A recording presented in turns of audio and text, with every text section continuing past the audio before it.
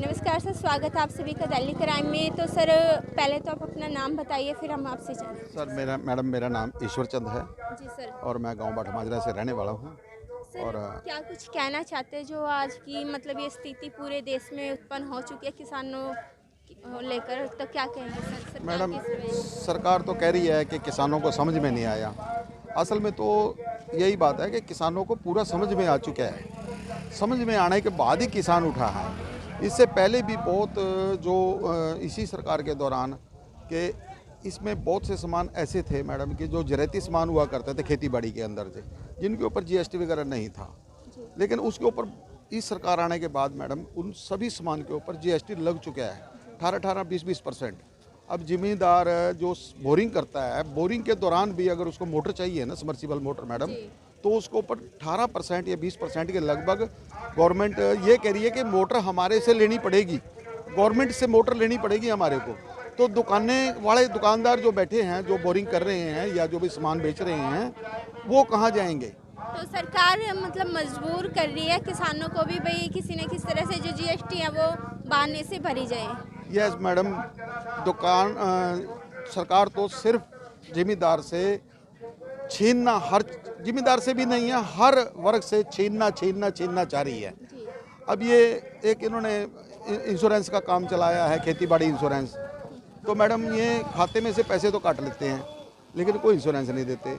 अब ये एमएसपी वाला चक्कर चल रहा है जो हमारा, हमने तो सिर्फ एमएसपी ही मांगे इनके पास से, जो मिनिमम कम से कम जो ये रेट फिक्स करते हैं उस रेट पे गारंटी भी, ताकि इससे कम ना खरीदे कोई जी।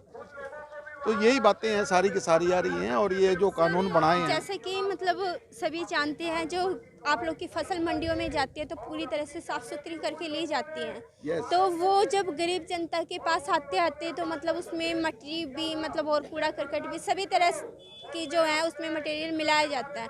तो मतलब इस बारे में सर आप क्या कहेंगे सरकार? मैडम पहले था लेकिन अब नहीं है। अब तो मंडी में पूरी साफ सफाई करने के बावजूद भी रेट पूरा नहीं मिलता मैडम, कहीं भी। वही बात मैं कहना चाह रही हूँ कि आप लोगों से मतलब बिल्कुल पूरी तरह से साफ लेते हैं वो, और बिल्कुल कम रेट में, लेकिन वो मार्केट में आते उसका रेट कई गुना जो है बढ़ जाता है। यस जी हाँ मैडम, बहुत गुना बढ़ जाता है। ये 40-50 रुपए किलो जो हमने आज से 2 महीने पहले आलू खाया है, ये कोई रेट थोड़ा है। 50 रुपए किलो आलू का रेट है जी। और 2 रुपये 3 रुपए किलो अब ये गोभी बिकने लग रही है। लोग बहुत से खेतों में गिर रहे हैं। वो इन कारपोरेट घरानों के पास अगर चली जाएगी मैडम, यहाँ हिमाचल के अंदर इन्होंने स्टोरेज बनाए हुए हैं अपने, जो सेब वगैरह है वहाँ पर 20-25 रुपये लेके 170 रुपये किलो। मोहाली के अंदर भी मैं खुद खरीद के ले आया हूँ 180 रुपये किलो सेब जी। और अडानी की सेब है, वो अडानी का, उसके ऊपर पैकिंग है। सरकार का मतलब एक फंडा है कि जो अमीर है उसको और अमीर किया जाए, और जो गरीब है, किसान वर्ग हो गया, मजदूर वर्ग हो गया, तो उसको और भी ज़्यादा जो है गरीब करने की कोशिश। हाँ, वो चाहे टैक्स को लेकर हो या खेती का जो अब 3 बिलों को लेकर, या किसी भी मतलब तरीके से वो अपने हथकंडे जो अपना रही है। यस मैम, यही बातें हैं जो आप बोल रहे हैं, ये हथकंडे अपनाए जा रहे हैं। मतलब कमज़ोर जिम्मेदार को, कमज़ोर को और कमज़ोर करना, ऐसा नहीं होना चाहिए। कुछ सोच रखो भी। राजनीति तभी चलेगी जब देश की जनता फले फूलेगी। अब इसके अंदर ये है कि 3 कानून जो आ रहे हैं, जो जिम्मेदार को नहीं पसंद है, बिना पूछे ये 3 कानून बना दिए। जब ज़रूरत नहीं है इनकी तो किस लिए बनाए? अब कह रहे हैं कि अच्छे हैं, हमारे को अच्छे नहीं लगते। कोई भी राजा हो वो प्रजा पर तभी कोई कानून लागू कर सकता है यदि प्रजा संतुष्ट हो।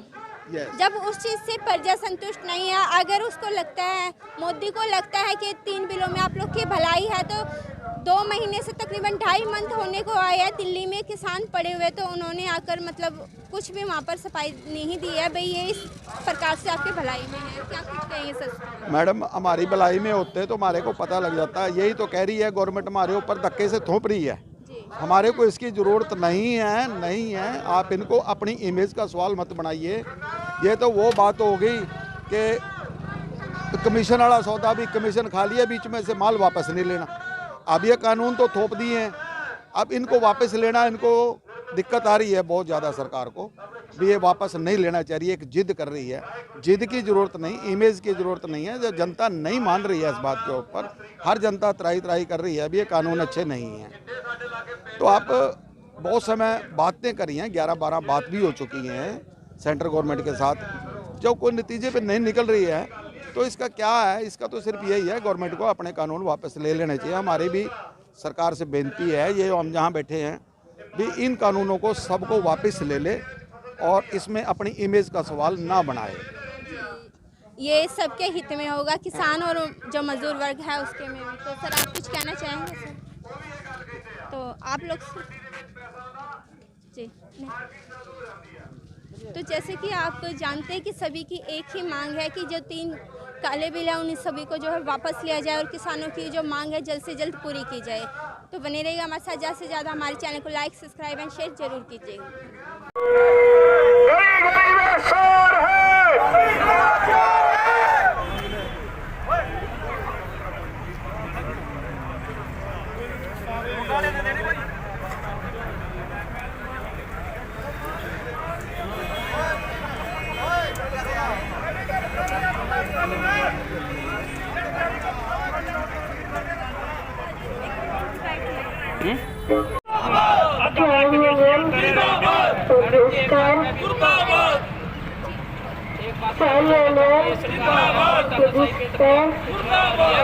लोकल चैनल हमारे स्पोर्ट में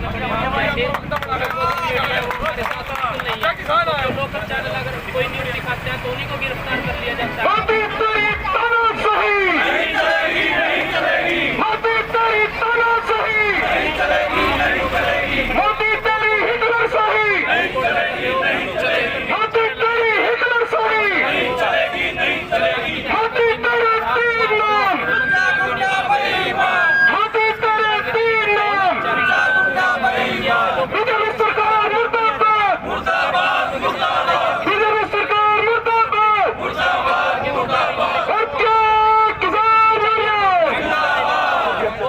किसानों का फायदा अरे फायदा होता हम खुद देख लेते हैं। जब हमें गलत लग रहा है तभी तो हम खड़े, हमें क्या जरूरत है सड़कों पे आने की। और बार-बार ये गोदी मीडिया कहता है कहा विपक्ष को बोल रहा है ये तो राजनीति। साथियों हमारा धर्म है तो किसानी और इंसानियत है। अगर हमारा कोई मंदिर गुरुद्वारा मस्जिद है तो साथियों आपके खेत है, आपका मंदिर, आपका मस्जिद, आपका गुरुद्वारा। जिस दिन आप इसे घंटे भी सम्मेलन के दौरान डंडा मार के आपको दिल्ली से भगा देंगे। 26 तारीख की तैयारी लोगों ने कर ली थी। आपका कोई दुर्गा की सामग्री है तो भारी है तो आपका हल आपका ट्रैक्टर आपकी कसी है। साथियों अगर आप कोई चूल्हा फीका लगाते हो तो आपका वो पसीना है तो घी जमता है, और आपका अगर कोई प्रसाद है तो मंदिर गुरुद्वारे मस्जिद से मिलेगा तो वो आपका अनाज है। साथियों 1375 रोड पर गाँव बोरसेदा में किसानों द्वारा जो 6 तारीख का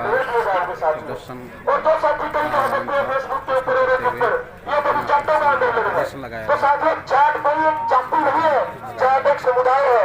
1938 के अंदर जब छोटू राम ने जाट गजब लिखा तो उसके पहले पन्ने पर जाट की परिभाषा दी कि जाट कोई जाति नहीं होगी, जाट वो होगा जो जमीन से जुड़ा हुआ खेती किसानी का काम करेगा। चाहे वो गुज्जर हो, चाहे बलिया हो, चाहे खत्री हो, जो जमीन से जुड़ा काम करेगा वो जाट करेगा। साथियों तो लेकिन उसके बाद हमने अपनी राजनीति का राजनीति अपनी 14 लफ्जों को ऐसा बना लिया कि जब तक पता नहीं कौन सा खप्पी खान है और जाट कौन सा बड़ा खप्पी खान है। और दो साथी कह देते हैं कि जब सरकारों का आंदोलन हो गया इसमें यह भी बातें बड़ी आई, वो नारे को भी नहीं समझते साथियों। और हमारे भी वक्तों की कमी रहती है, बता नहीं चाहते। एक नारा लगता है जैसे राज करेगा खालसा आकी रहना, तो साथियों कई साथी उसको बाकी सुनते हुए पड़ते हैं। वो बाकी नहीं है साथियों, आकी है। और खालसे का मतलब कोई धर्म नहीं, खालसे का मतलब है खालस, जो विचारों से प्योर है, जो शुद्ध है अपने विचारों से, जो अपनी लड़ाई लड़ना जानता है कि राज करेगा खालसा आकी रहना, तो इस दुनिया में सब पवित्र होंगे, पाक साफ होंगे और वो इस दुनिया के ऊपर राज करेंगे। कोई अमीर ज्यादा है तो पूरे देश के ऊपर राज नहीं करेगा। तो साथियों इन बातों को समझा करो, ये लड़ाई किसी एक वर्ग की नहीं, आज इस पूरे देश की लड़ाई है। और आज आपकी इस लड़ाई के ऊपर पूरी दुनिया की नजरें हैं। आपने पिछले 3 दिनों से देखा इस दुनिया के बड़े बड़े सेलिब्रिटी इस आंदोलन के अंदर कोई आपको गाली दे, कोई डरा मारे, कोई डंडा मारे, आपने डंडा खाना है, वापस मारना नहीं। उम्र का तकादा है, मेरी भी उम्र आप जैसी है कि डंडा डंडा मारते हैं तो गुस्सा आ जाता है, लेकिन इस लड़ाई को आखिरी मानते हैं, उस गुस्से में पीना है साथियों। कौन पहलवान है, ढोर है, गुस्सा पूरे लोहार माजरा है, गुमचला या पेवा है, आंदोलन के बाद भी देखा जा सकता है। इस लड़ाई में अंदर कोई पहलवान नहीं। हमें कोई डंडा मारता है तो खाना है, आगे से मारना नहीं, प्रशासन को मौका नहीं देना। युवा साथियों को खासकर अपील है, संयुक्त किसान मोर्चा के जो आपके नेता हैं केवल उतनी कार दे, आप लोहारा होकर कुछ भी कौल ना दे, कुछ करने की चेष्टा ना करे। जितना हमारे नेता कहती है हमने उतना ही कर लिया तो हमारी जीत निश्चित है, हम जीत चुके हैं साथियों। अपने आप से काल नहीं देनी, अपने नेता जो आपके दिल्ली बैठे केवल उनकी बात माननी है, तभी हमें लड़ाई जीत पाएंगे। अशांति नहीं फैलानी। जय जवान जय किसान। जिंदाबाद जिंदाबाद जिंदाबाद। साथियों, एक कहावत है कि पंचायत आख्या सिर मत पर खुंटा देखते कटांगे।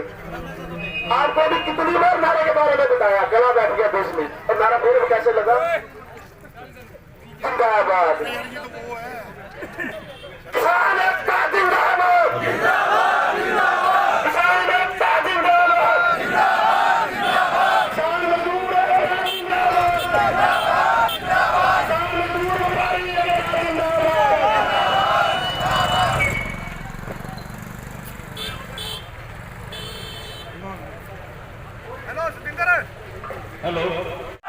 बीजेपी सरकार, भारतीय किसान यूनियन, गुरनाम जी चड़िल्ली, राकेश टिकाम।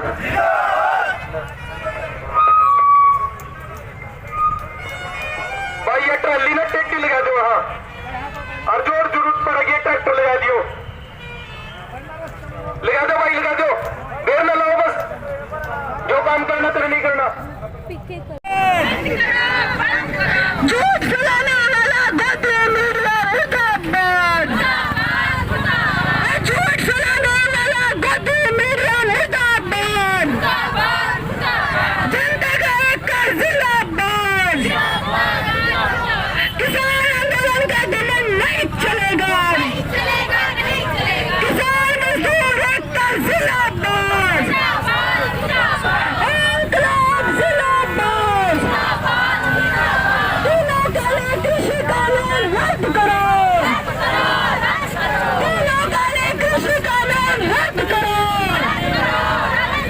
झूठ फैलाने वाला गद्दी मीडिया मुर्दाबाद, किसानों को बदनाम करने की साजिश मुर्दाबाद, तुम्हारी साजिशें नहीं चलेंगी, मोदी सरकार की गुंडागर्दी नहीं चलेगी, मोदी सरकार की तानाशाही नहीं चलेगी, तानाशाही सरकार मुर्दाबाद, घोषित इमरजेंसी नहीं चलेगी, ये घोषित इमरजेंसी नहीं चलेगी, लोगों की आवाज दबाना बंद करो, लोगों की आवाज पर रोक लगाना बंद करो, तुम्हारी तानाशाही नहीं चलेगी, तुम्हारी गुंडागर्दी नहीं चलेगी, मोदी सरकार की गुंडागर्दी नहीं चलेगी,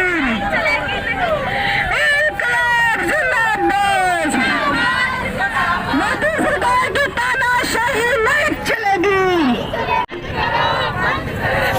लोगों के लोकतांत्रिक अधिकारों पर हमले बंद करो, तीनों काले कृषि कानून वापस लो, मजदूर किसान विरोधी तीनों काले कृषि कानून वापस लो, तीनों काले कृषि कानून रद्द करो, तुम्हारे तीनों काले कानून नहीं चलेंगे,